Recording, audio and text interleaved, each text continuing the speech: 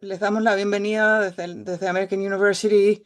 Estamos encantados de que estén acá y ya hemos incluido en el chat información, enlace a la página web donde pueden ver más información sobre el programa y hay un enlace directo para la inscripción y también un brochure que hemos preparado para que da un resumen de lo que se trata el programa.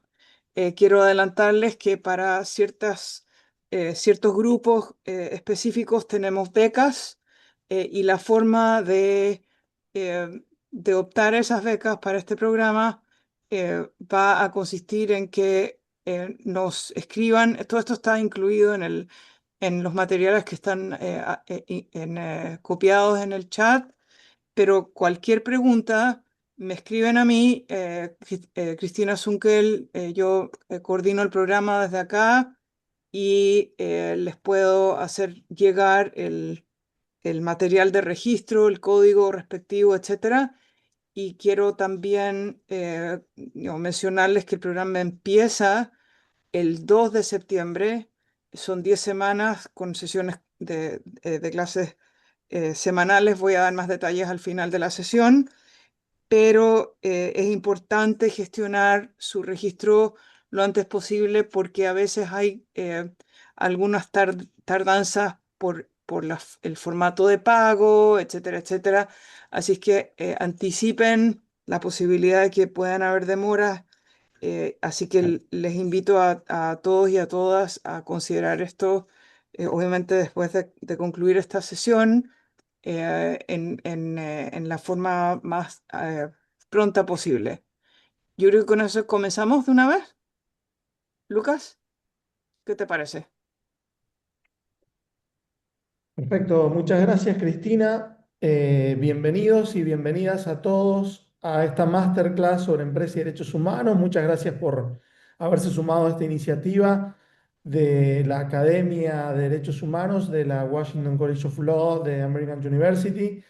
Mi nombre es Lucas Gómez, soy abogado especialista en empresa y derechos humanos de Southern Light Group y profesor de esta universidad y del certificado sobre empresa y derechos humanos, y tengo el gusto de recibirlos y darles la bienvenida a esta discusión muy rica que va a haber en torno a este certificado sobre empresa y derechos humanos que la Academia ha impulsado ya por segundo año consecutivo.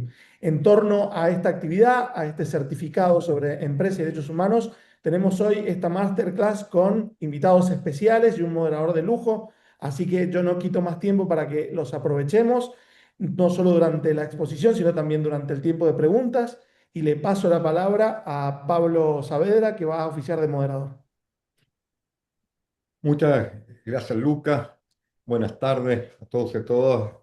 Espero que me escuchen bien. Realmente es un placer en nombre de American University recibirlos el día de hoy para poderles contar en qué consiste y los objetivos de este certificado en empresas y derechos humanos y cuáles son los temas y desafíos en torno a esta temática. Hace un tiempo, reflexionando en American University, aprovechando mi experiencia como secretario de la Corte Interamericana de Derechos Humanos por más de 22 años, visualizamos que uno de los grandes temas que vienen hoy en día al campo de derechos humanos era el tema precisamente derechos humanos y empresas. Ustedes lo han visto en la jurisprudencia de la Corte Interamericana, como cada vez está más presente y a partir de eso pensamos y diseñamos este certificado con un espíritu diferente. No queríamos que fuesen unas clases normales y dictadas por uno o dos profesores, sino reunir a diferentes expertos con diferentes temáticas y de diferentes instituciones quienes fueran quienes dictaban estos cursos. Y esto nos movió este año por segunda vez, como bien lo decía Lucas, a hacer este diplomado que ha tenido mucha acogida dentro de los diferentes actores y a reflexionar cuáles son los desafíos presentes y futuros sobre el tema derechos humanos y empresa y cómo se está viviendo en la realidad hoy en día. Y para eso tenemos hoy día dos profesores de lujo invitados para que nos den una breve exposición, como les decía, los desafíos presentes y futuros del tema empresas y derechos humanos.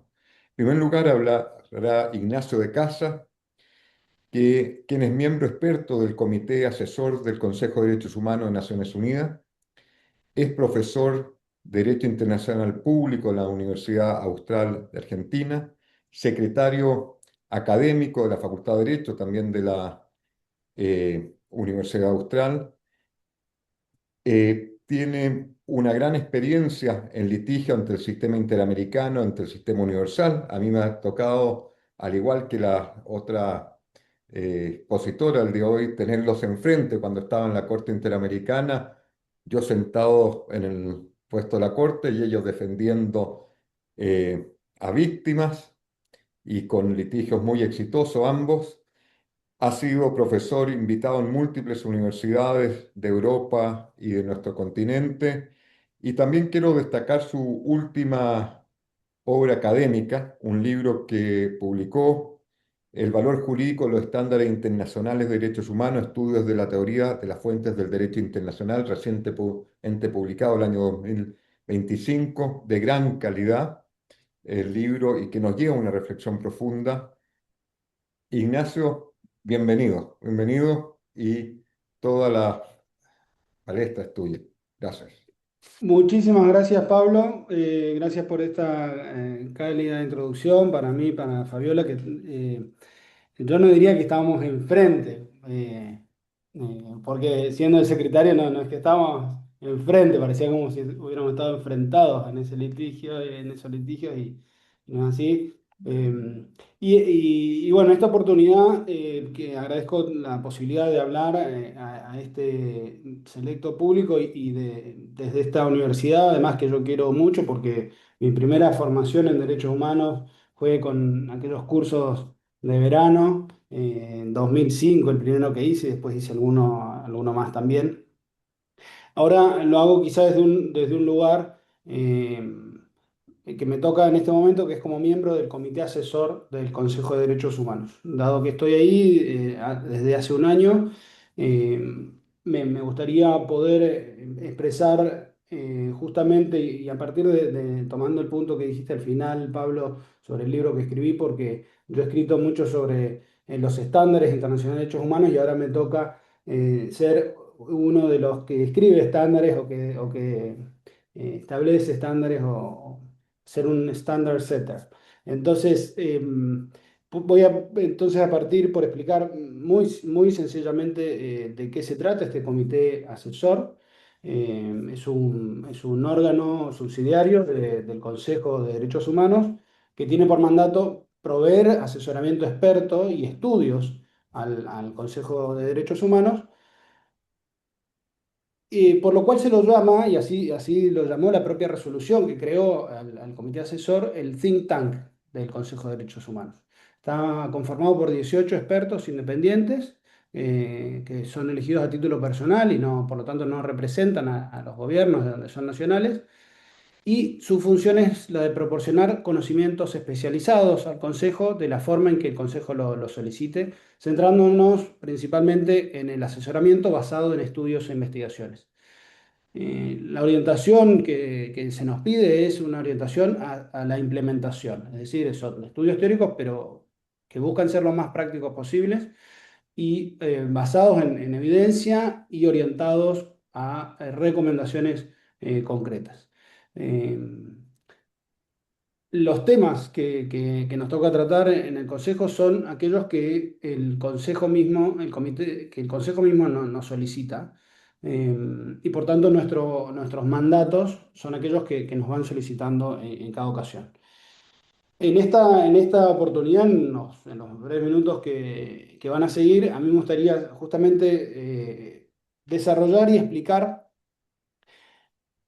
un poco más en profundidad los dos últimos informes que hemos aprobado en el comité de asesor y en los cuales me ha tocado trabajar personalmente, porque son los dos últimos informes que aprobamos este año, y hacer referencia explícita a aquellos temas justamente de empresas y de derechos humanos que hemos tratado en esos informes, dado que los temas eran justamente muy vinculados a temas de empresas y derechos humanos, y haré referencia también expresamente a las recomendaciones que como comité hemos hecho al Consejo de Derechos Humanos referidas a empresas.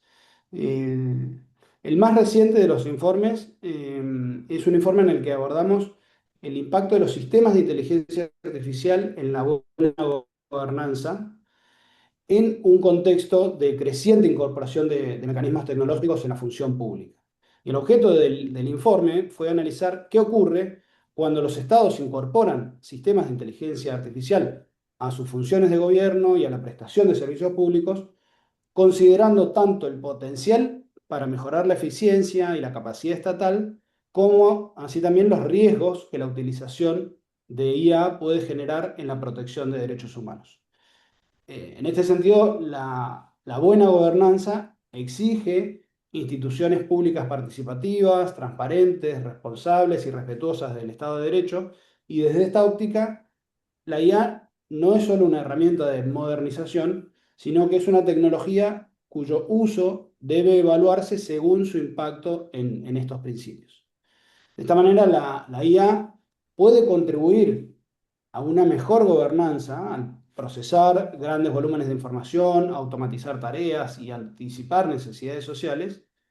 Y esto puede traducirse en mejoras en ámbitos como la salud, la educación, la protección social, eh, así como también la asignación más eficiente de recursos y la formulación de políticas públicas. Asimismo, la IA puede fortalecer la transparencia, el control y la participación mediante registros auditables, detección de irregularidades y herramientas que faciliten el acceso a servicios públicos.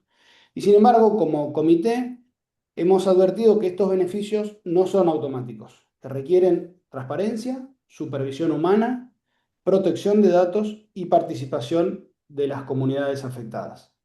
Y es en este punto donde adquiere especial relevancia el enfoque de empresas y derechos humanos, porque el problema ya no consiste en determinar cómo debe comportarse el Estado frente a la IA, sino también qué sucede cuando las herramientas mediante las cuales el Estado ejerce sus funciones son diseñadas, desarrolladas y comercializadas por empresas privadas. El comité en el informe que aprobamos reconoce que gran parte de la tecnología que los gobiernos adquieren y utilizan proviene del sector privado. Y entonces en este punto nosotros hemos destacado que la incorporación de estas herramientas no desplaza las obligaciones estatales. Los estados continúan obligados a garantizar que esas actividades respeten los derechos humanos, debiendo ejercer debida diligencia y supervisión de los actores privados, garantizando mecanismos de reparación. En paralelo, las empresas que desarrollan y suministran estos sistemas tienen la responsabilidad de respetar los derechos humanos. Esto de acuerdo a los... Nosotros nos guiamos acá por los tres pilares de los principios de empresa y derechos humanos, justamente del Consejo de Derechos Humanos. Y el informe en ese sentido les dedica a las empresas varias recomendaciones. Las empresas deben identificar y evaluar riesgos de discriminación, sesgos algorítmicos, violaciones de privacidad, consultar a las partes afectadas y modificar sus diseños cuando sea necesario para prevenir o mitigar daños. Aquí la cuestión deja de ser exclusivamente quién toma una decisión y pasa a ser también quién diseña la infraestructura tecnológica que la hace posible y bajo qué condiciones. Y en este contexto el comité ha identificado el problema de la caja negra, el black box problem, señalando que muchos sistemas de aprendizaje automático y redes neuronales no ofrecen una explicación inteligible de cómo llegaron a determinado resultado. Y el problema se agrava cuando la herramienta pertenece a una empresa privada y sus componentes están protegidos mediante secretos comerciales o derechos de propiedad intelectual. Y en consecuencia, acá notamos que puede generarse una brecha de responsabilidad, porque el funcionario público puede no comprender el funcionamiento del sistema, mientras que la empresa puede alegar que la información necesaria para explicarlo está protegida. Y esta fragmentación puede dificultar la atribución de responsabilidad y, en consecuencia, el acceso a un recurso efectivo que está garantizado por el artículo 2 del Pacto Internacional de Derechos Civiles y Políticos, entre otras normas internacionales. Y por eso el informe identifica esta dificultad al señalar que cuando un sistema de IA produce un daño, la responsabilidad puede quedar distribuida entre los desarrolladores, los proveedores y las autoridades públicas que adquieren y utilizan la tecnología. Otro eje relevante para el análisis de empresas y derechos humanos es que los sistemas de IA no son tecnológicamente neutrales. Los modelos pueden reproducir o amplificar los sesgos existentes en los datos con los que fueron entrenados o en las decisiones adoptadas durante su diseño. Y aquel problema adquiere especial gravedad cuando estas herramientas son utilizadas por autoridades públicas porque el sesgo incorporado a un sistema puede transformarse en una práctica administrativa sistemática. Frente a esta problemática, el informe que hemos aprobado, y es el último que se ha publicado, se presentó en el último periodo de sesiones del Consejo de Derechos Humanos, considera particularmente relevante un enfoque basado en los efectos. Es decir, cuando un sistema produce resultados estadísticamente adversos para un grupo protegido, ello debería activar mecanismos de revisión y mitigación, con independencia de que pueda demostrarse o no una intención discriminatoria por parte de los desarrolladores. Y esta cuestión se conecta con otra problemática, que es que la industria de la IA está fuertemente concentrada en un número reducido de corporaciones tecnológicas situadas en estados altamente desarrollados, que imponen una homogeneidad que excluye perspectivas regionales, culturales y sociales diversas. Esta dinámica genera lo que se ha denominado colonialismo digital, donde los estados en desarrollo se ven forzados a importar sistemas de gobernanza algorítmica diseñados para otras realidades, lo que resulta en un menoscabo del conocimiento local y de los marcos de derechos humanos contextualizados. Bien, las externalidades de estos sesgos se manifiestan en discriminación algorítmica contra grupos históricamente marginados, como por ejemplo herramientas corporativas de evaluación de riesgos que son adoptadas por los estados a veces tienden a penalizar desproporcionadamente a minorías raciales, a personas con discapacidad o a mujeres, y se van perpetuando de esta manera injusticias automatizadas bajo una falsa apariencia de neutralidad tecnológica. Por eso el comité pretende un enfoque basado en los efectos y exige que las empresas tecnológicas asuman responsabilidad si sus productos generan resultados estadísticamente discriminatorios, vuelvo a repetir, independientemente de la intención de los programadores. Por otro lado, el informe también colabora en la deconstrucción de un mito, y es el mito de que la IA constituye una tecnología puramente inmaterial. Contrariamente a esto, el funcionamiento de la IA depende de una infraestructura física que requiere enormes cantidades de energía, agua y minerales que incrementan la dependencia de combustibles fósiles, sumado a que la gestión térmica de estos servidores compite por recursos hídricos que afectan directamente a comunidades locales. Entonces, bueno, y a esto se agrega que la extracción de minerales críticos necesarios para el hardware y la generación que esto trae de residuos electrónicos. Bueno, y esta dinámica evidencia que las cargas ambientales muchas veces se distribuyen de manera desigual, porque mientras los beneficios económicos de la IA se concentran principalmente en estados y en empresas con mayor capacidad tecnológica, determinados costos ambientales y laborales recaen sobre países en desarrollo. Por lo tanto, la dimensión ambiental no es una cuestión externa al debate sobre la gobernanza, sino que nosotros en el comité lo hemos visto como parte de las obligaciones de derechos humanos que están asociadas al desarrollo y a la utilización de estas tecnologías. En síntesis, la principal contribución en mi opinión, del informe del comité asesor al enfoque de empresas y derechos humanos consiste en complejizar la arquitectura tradicional de responsabilidad. Mientras el Estado conserva la obligación primaria de garantizar los derechos humanos y no puede utilizar la contratación de una empresa tecnológica como mecanismo para trasladar esa responsabilidad, al mismo tiempo las empresas no pueden presentarse como simples proveedores neutrales de herramientas cuando sus productos son utilizados para adoptar decisiones que afectan derechos fundamentales. Y en consecuencia el informe propone distribuir la responsabilidad de la siguiente manera. El Estado debe regular, supervisar, evaluar y garantizar recursos efectivos. Las empresas deben respetar los derechos humanos y realizar debida diligencia durante todo el ciclo de vida de sus sistemas. Y en tercer lugar, la sociedad civil, la academia y las comunidades afectadas deben contar con canales efectivos de participación y control.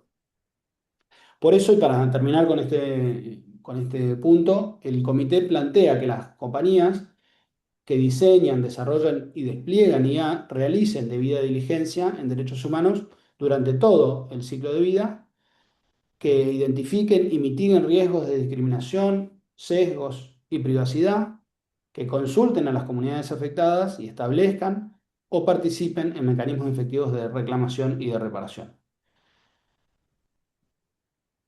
El segundo informe del que me gustaría hablarles también fue aprobado en este año 2026 y presentado en el primer periodo de sesión del Consejo de Derechos Humanos a principios de este año. Es el informe sobre los efectos de la desinformación en el disfrute y la realización de los derechos humanos. Y este documento trata la transformación tecnológica del entorno informativo global y sitúa al sector privado y especialmente a las grandes plataformas tecnológicas y a los conglomerados energéticos como actores esenciales en la propagación y en la monetización de narrativas falsas, ¿no? De fake news. En el análisis que hizo el comité sobre la desinformación, destacó que la desinformación vulnera directamente múltiples derechos humanos, como el derecho a la privacidad, la protección de la reputación, el derecho a un juicio justo y el principio de no discriminación. Y por ello, el comité propone fortalecer la integridad del sistema de información mediante distintas herramientas. La protección del pluralismo de los medios de comunicación, el apoyo a medios independientes, la alfabetización mediática y digital, y el empoderamiento de la ciudadanía y el establecimiento de marcos adecuados para las nuevas tecnologías. Dentro de este último aspecto, algo que adquiere particular importancia es justamente la actuación de las empresas tecnológicas y nuevamente las empresas de IA, dado que el papel que desempeñan en la producción, distribución y en ocasiones monetización de contenidos es hoy fundamental y mucho más importante que el de los estados. Y en particular el informe destaca la necesidad de que las respuestas frente a la desinformación respeten los derechos humanos y no se conviertan a su vez en mecanismos de censura o restricción indebida de la libertad de expresión. Hemos tenido que encontrar un equilibrio aquí entre los distintos derechos en juego. Y bueno, nuevamente en el contexto de empresas y derechos humanos, que es el que a mí me gustaría destacar hoy en esta presentación, quiero señalar que el informe formula recomendaciones de debida diligencia y de escrutinio corporativo, principalmente en dos frentes. Por un lado, las plataformas digitales y la moderación de contenidos, y por otro lado, la desinformación ambiental y la industria de los combustibles fósiles. Estos son los dos grandes grupos que hemos decidido enfocar en este informe. Reitero, esto resulta relevante porque reconoce que las empresas no son actores neutrales frente a los efectos que sus actividades, sus productos y sus modelos de negocio pueden generar sobre el ejercicio de los derechos humanos. Entonces, en este primer frente, el comité advirtió que los modelos de negocios de las empresas tecnológicas a veces pueden favorecer la difusión rápida y masiva de desinformación. En particular, hay determinadas características de las plataformas digitales y de sus sistemas de recomendación que pueden contribuir a amplificar contenidos y a aumentar su alcance, especialmente cuando estos generan elevados niveles de interacción por su carácter sensacionalista, polarizante o controvertido.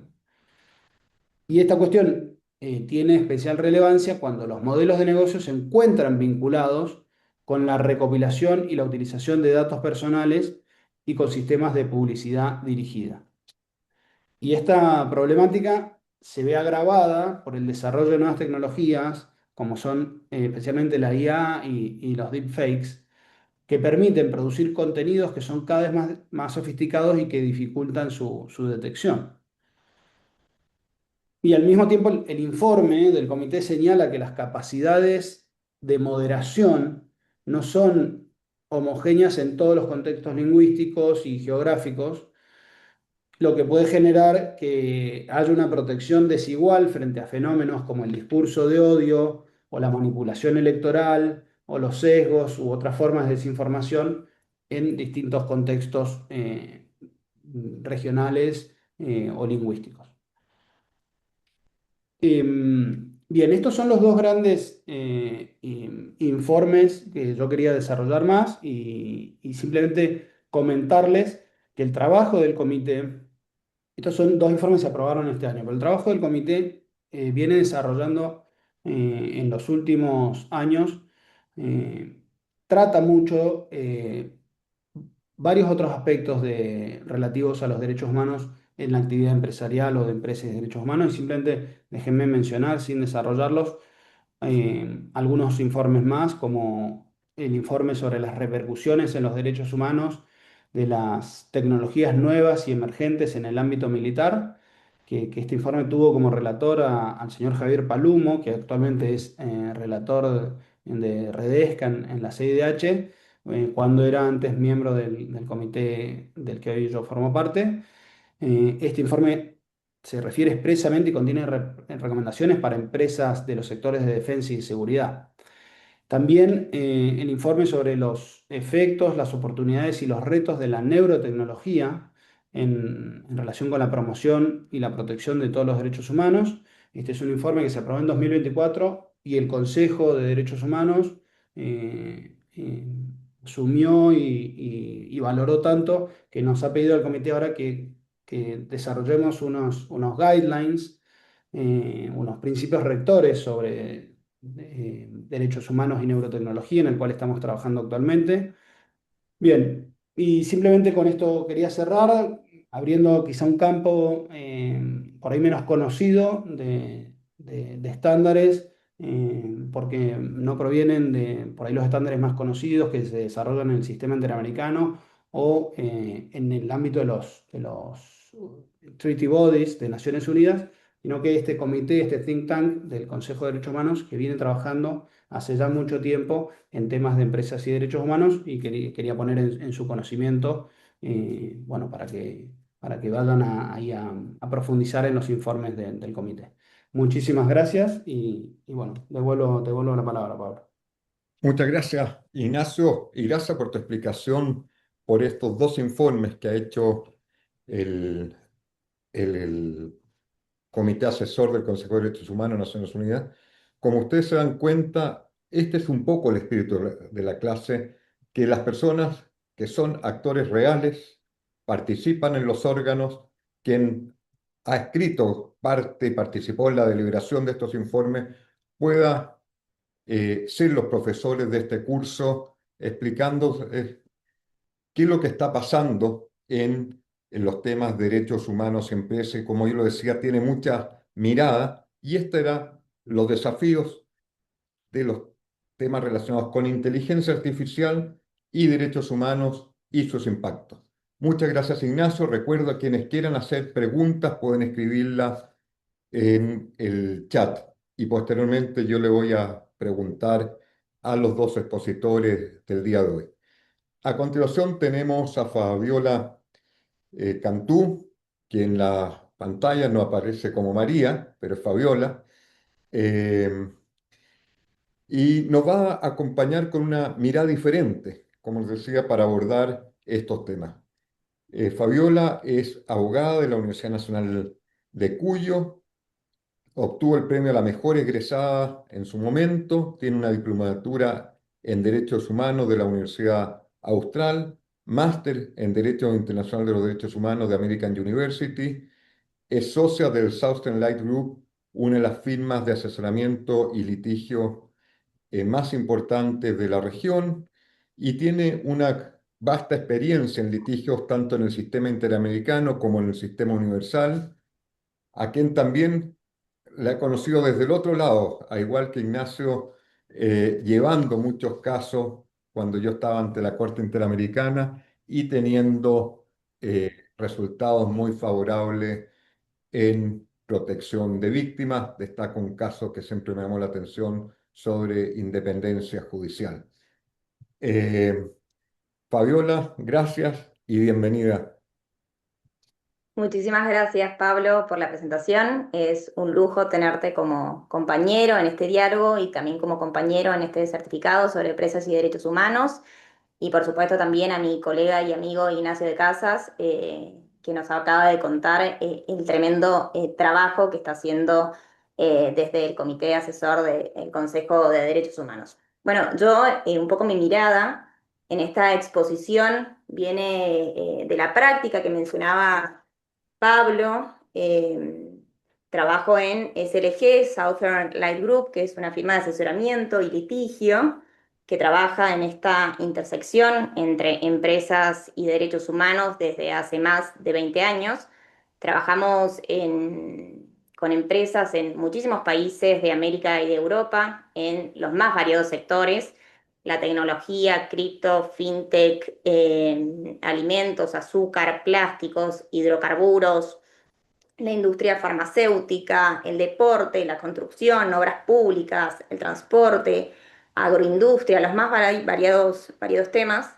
Y nuestra práctica busca, entre otras cuestiones, ayudar a las empresas a mejorar sus estándares de respeto de los derechos humanos, identificar y gestionar sus riesgos legales, reputacionales, financieros, desarrollar políticas corporativas, implementar procesos de debida diligencia, gestionar el diálogo y la consulta con comunidades, diseñar estrategias de defensa ante organismos nacionales e internacionales. Y vengo desde esta experiencia a hablar sobre una cuestión que creo que es en definitiva uno de los objetivos de este curso, que es que los actores principales de esta intersección entre las empresas y los derechos humanos dialoguen entre sí. Y muchas veces las empresas entienden este ámbito como un terreno hostil. Y esto no es un diagnóstico o una opinión mía, sino que lo vemos en muchos ámbitos. Para ponerles un ejemplo, en el proceso de elaboración de la opinión consultiva sobre cambio climático, elaborado por la Corte Interamericana de Derechos Humanos, que fue un proceso súper participativo, costó muchísimo que las empresas se sentaran a participar en este proceso. Pablo nos puede contar, me gustaría, Pablo, aprovechándote que te tenemos acá, que nos cuentes un poco cómo fue la participación de las empresas en una opinión consultiva tan importante que desarrolló la Corte. Gracias, Fabiola. Cuento un poco, quienes no conocen, creo que las opiniones consultivas es una de las formas más democráticas para la construcción del derecho. Esta fue una opinión consultiva, como decía Fabiola, presentada por Chile y Colombia a la Corte Interamericana para canalizar el tema emergencia climática y derechos humanos en una amplia perspectiva. Eh, y se, para la opinión consultiva se hace eh, se invita a todos los diferentes actores que quieran participar, es decir, es una convocatoria abierta a la participación. Participaron estados, organizaciones de la sociedad civil, miembros de comunidades indígenas, estudiantes, niños, múltiples estados, incluso estados extrarregionales, universidades, es decir, hubo una gran cantidad de actores participando. Pero a mi modo de ver, faltó un mayor involucramiento, como mencionaba Fabiola, de empresas, ya que solamente, si mal no recuerdo, participó una y era de origen colombiano.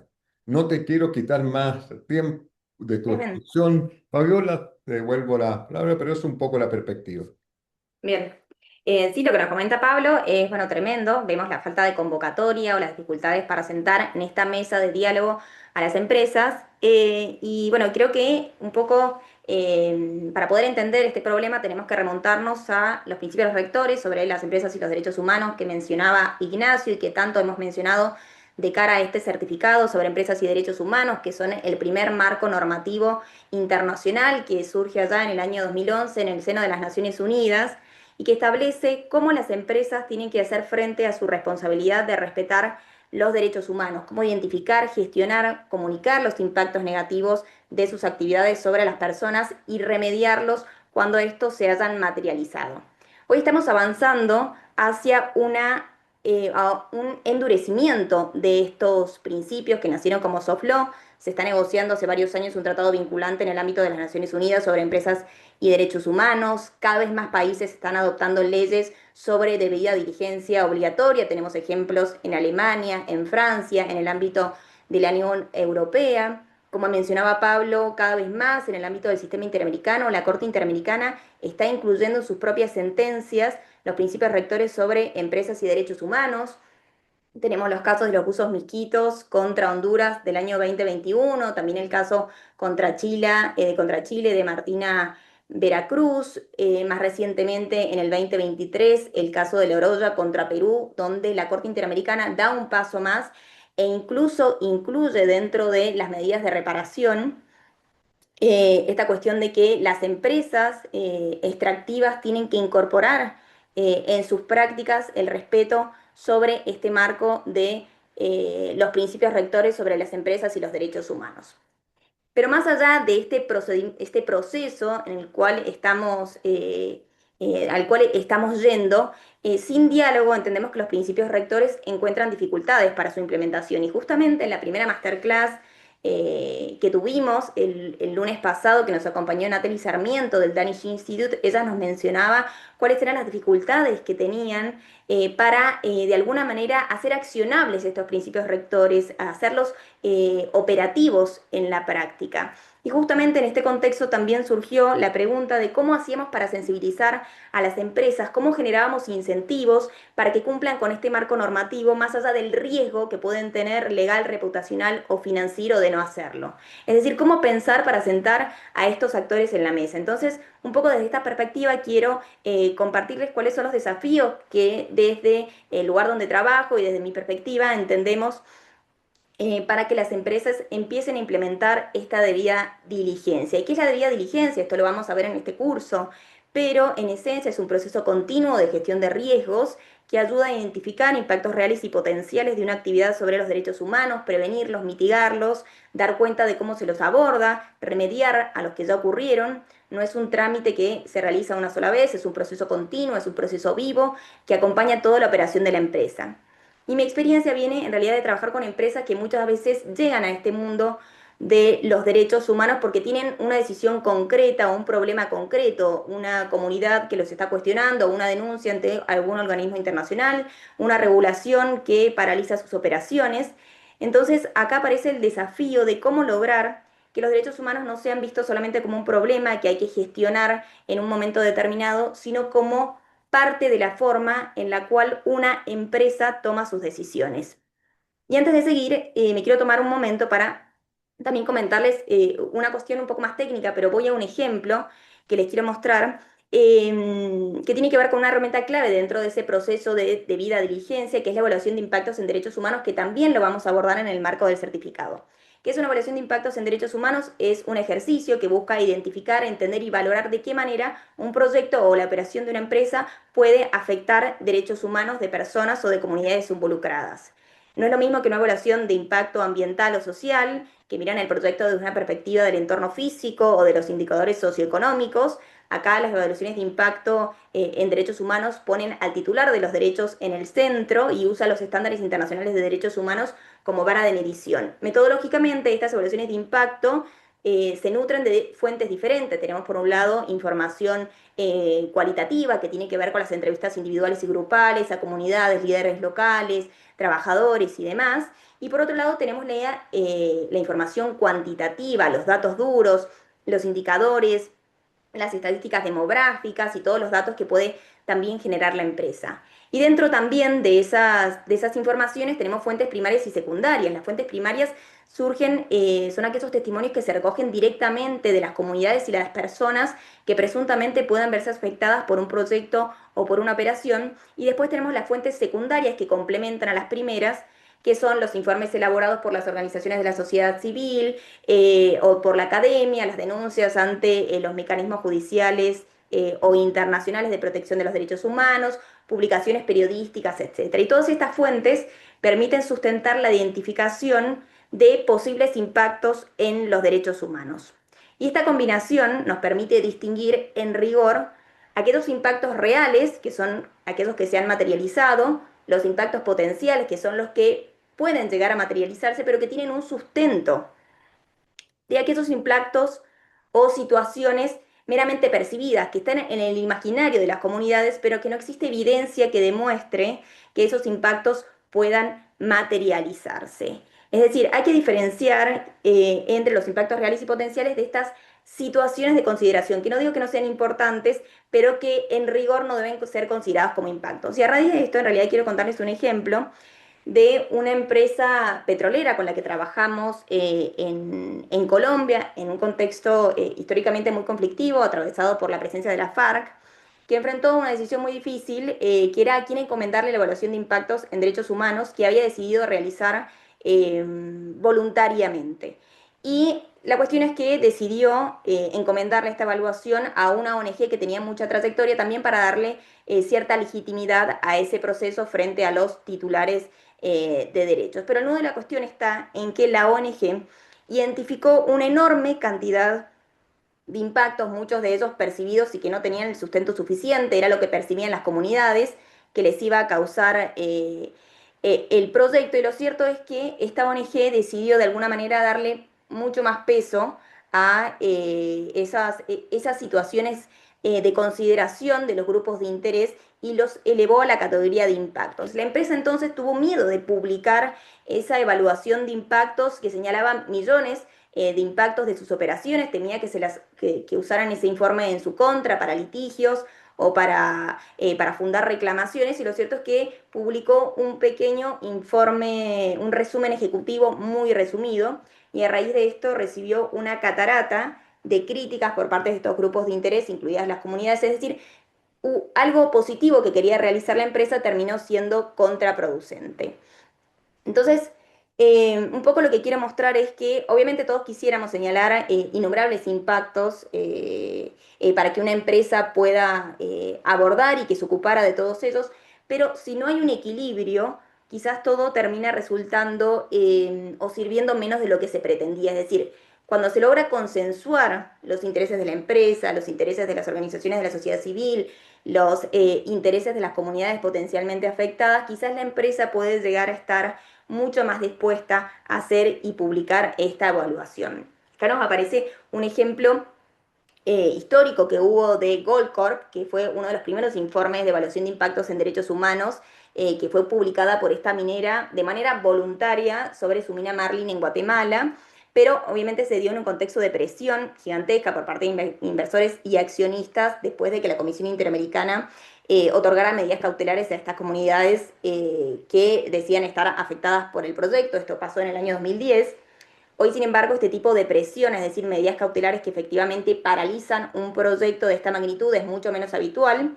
A partir de lo que pasó con el caso Belo Monte, ustedes saben que en el año 2011 la Comisión Interamericana dio medidas cautelares para suspender la construcción de la represa hidroeléctrica de Belo Monte en la Amazonía de Brasil, en protección de comunidades que alegaban que no habían sido consultadas y señalaban daños ambientales, y estas medidas fueron otorgadas por la Comisión Interamericana inaudita parte, es decir, sin escuchar al Estado y sin incluir actores claves también como las empresas que estaban involucradas.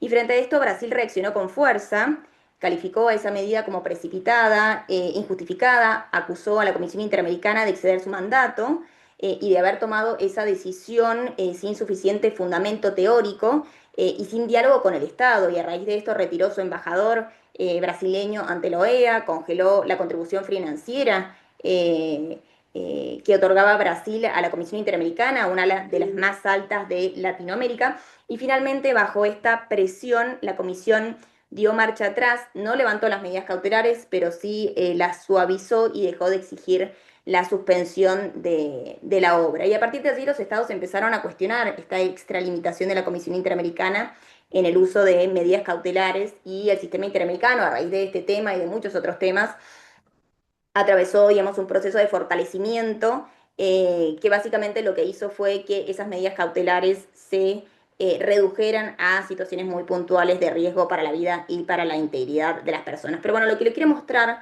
con este ejemplo es que muchas veces, o sea, ninguno de los dos caminos, es decir, la falta de transparencia por parte de la empresa por temor a ser atacado, o la divulgación bajo una presión extrema, como pueden ser medidas cautelares de la Comisión Interamericana, puede construir a la larga la confianza que se necesita para dar cumplimiento a este marco internacional de derechos humanos de manera sostenida. Porque, o sea, más allá de una evaluación de impacto ambiental, toda la operación de una empresa tiene que enmarcarse dentro de estos estándares internacionales de derechos humanos. Los principios rectores consagran en su segundo pilar la responsabilidad de las empresas de respetar los derechos humanos, y esa responsabilidad no se agota en si hago una evaluación de impacto ambiental, la hago, la publico, no la publico. Exige que acomode toda la operación a este marco de manera permanente.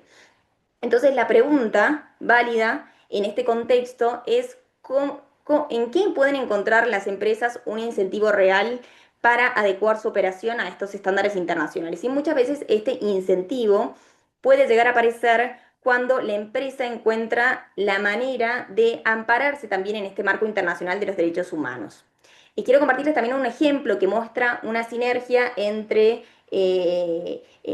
una empresa y una organización de la sociedad civil que se contrapone, digamos, a la usual oposición empresa-organización de la sociedad civil, en línea con lo que estoy contando de cómo hacemos para sentar a todos los actores en la misma mesa. En su momento trabajamos con una empresa de aplicaciones de transporte a nivel regional que había firmado un convenio con una organización de la sociedad civil que trabajaba en temas de derechos de las personas con discapacidad, y a través de este convenio la organización capacitaba a conductores para, por ejemplo, en lenguaje de señas, para poder tratar diferentes tipos de discapacidades, y la empresa había adaptado parte de su flota con rampas para hacer las unidades, los vehículos accesibles. Y esto ocurría en un contexto en el cual el transporte público era sumamente deficitario e inaccesible, y esto era reconocido por el propio gobierno. Y en este contexto, esta alternativa de transporte privada se había convertido para muchas personas con discapacidad en una vía real para poder ejercer su derecho a la movilidad, a la vida independiente, para poder acceder a un trabajo, a la salud, a la educación, etcétera. Y al mismo tiempo había muchos movimientos sociales que venían señalando que este tipo de servicios, a pesar de que era accesible, no era utilizado en la práctica por las personas con discapacidad. Y ahí, investigando, encontramos que existía una regulación reciente que prohibía el pago en efectivo dentro de estas modalidades y estas aplicaciones, y que las personas con discapacidad, tanto en esa jurisdicción como en América Latina, enfrentaban niveles muy bajos de inclusión financiera, y que el pago en efectivo era su principal modo de pago. Entonces teníamos una regulación que afectaba no solamente las operaciones de la empresa, sino que también tenía un impacto directo y desproporcionado sobre grupos especialmente vulnerables como las personas con discapacidad. Lo cierto es que esta organización decidió llevar este reclamo ante los organismos internacionales de derechos humanos, argumentando que se estaba creando una barrera injustificada y un impacto desproporcionado sobre este grupo especialmente vulnerable. La empresa también aportó evidencia de cómo había contribuido a hacer accesible, digamos, este servicio que el transporte público no lograba cubrir. Y la entonces relatora de las Naciones Unidas para las personas con discapacidad, en ese momento Catalina de Bandas, envió una comunicación al Estado advirtiendo sobre los impactos de esta regulación, y a partir de esa intervención se convocó a una consulta pública con todas las personas involucradas, incluidas las personas con discapacidad, y esa norma terminó siendo derogada. Bueno, este caso en realidad se los quería contar porque creo que muestra cómo una organización de la sociedad civil que en lugar de confrontar con la empresa encontró un espacio de colaboración. Y a su vez también la empresa se vio beneficiada en términos muy concretos de operar conforme a los estándares de derechos humanos. De hecho, a partir de esa experiencia, la empresa adaptó todas las flotas de toda la región para las personas con discapacidad porque entendió que ahí había un incentivo real, es decir, tenía una operación que estaba más alineada con los derechos humanos y que tal vez quedaba también protegida frente a futuros cuestionamientos por este marco internacional. Y creo que este ejemplo resume hacia dónde queremos evolucionar en esta relación entre empresas y derechos humanos. Definitivamente vamos a un sistema que funciona más allá de la norma escrita obligatoria, quizás sostenido en incentivos reales. Este recorrido, esta relación entre empresas y derechos humanos tuvo hasta ahora básicamente dos etapas. La primera fue el del no and shame, el señalamiento público por parte de la ONG, la estrategia de exposición, la denuncia frente a la opinión pública.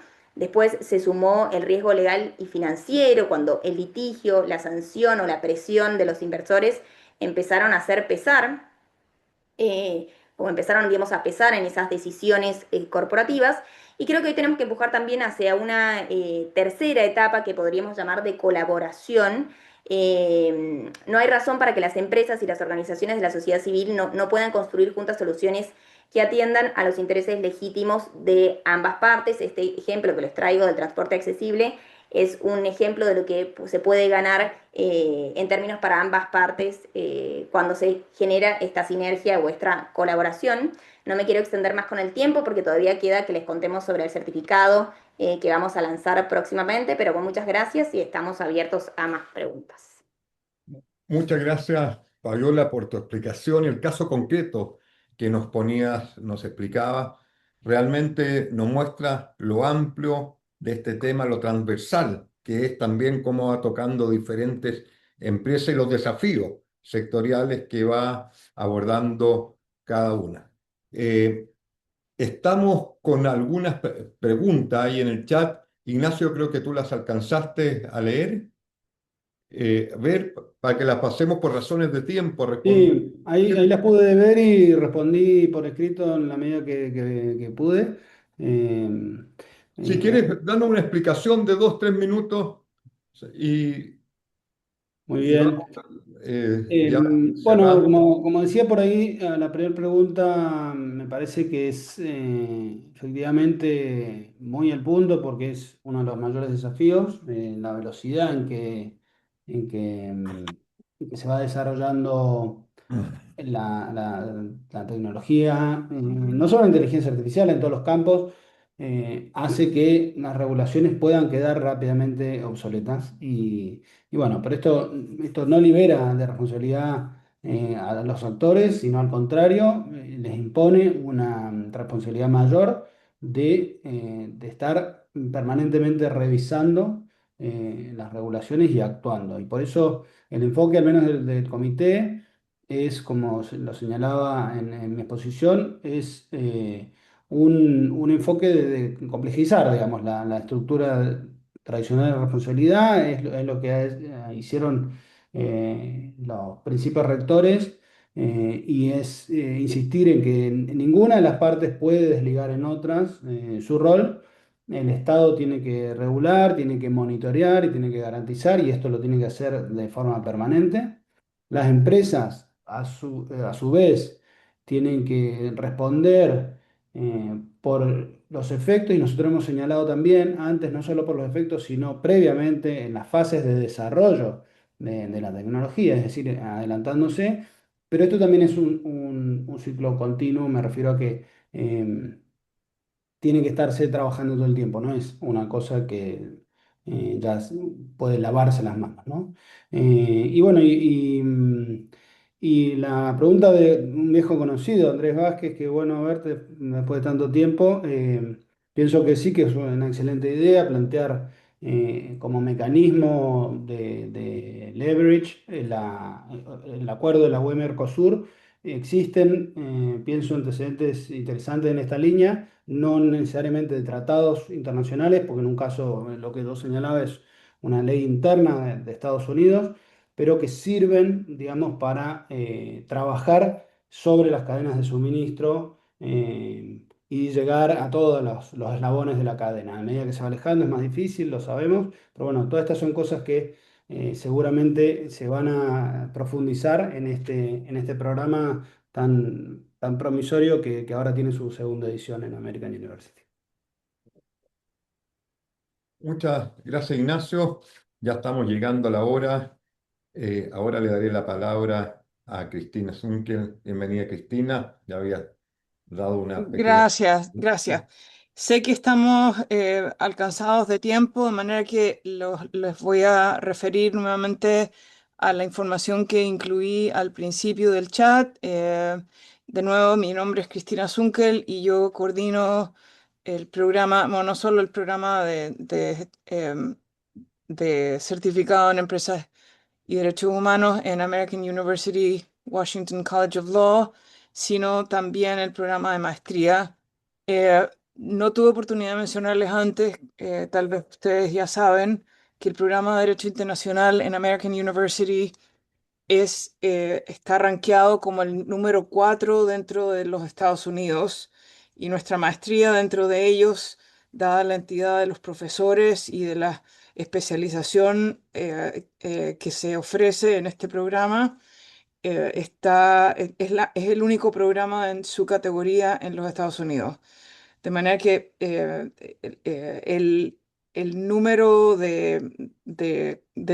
o la cantidad de talento académico y de recursos para la gente que se involucra en programas de American University Washington College of Law es extraordinario. Esto es un know-how en derechos humanos y toda la ramificación que eso implica, que ya tiene más de 3 décadas.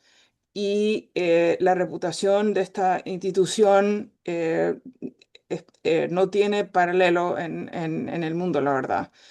Ha creado una comunidad de practicantes en derechos humanos a través de su vinculación con instituciones fundamentales de la estructura que gobierna y regula los derechos humanos mundialmente, y eso creo que es de un valor extraordinario.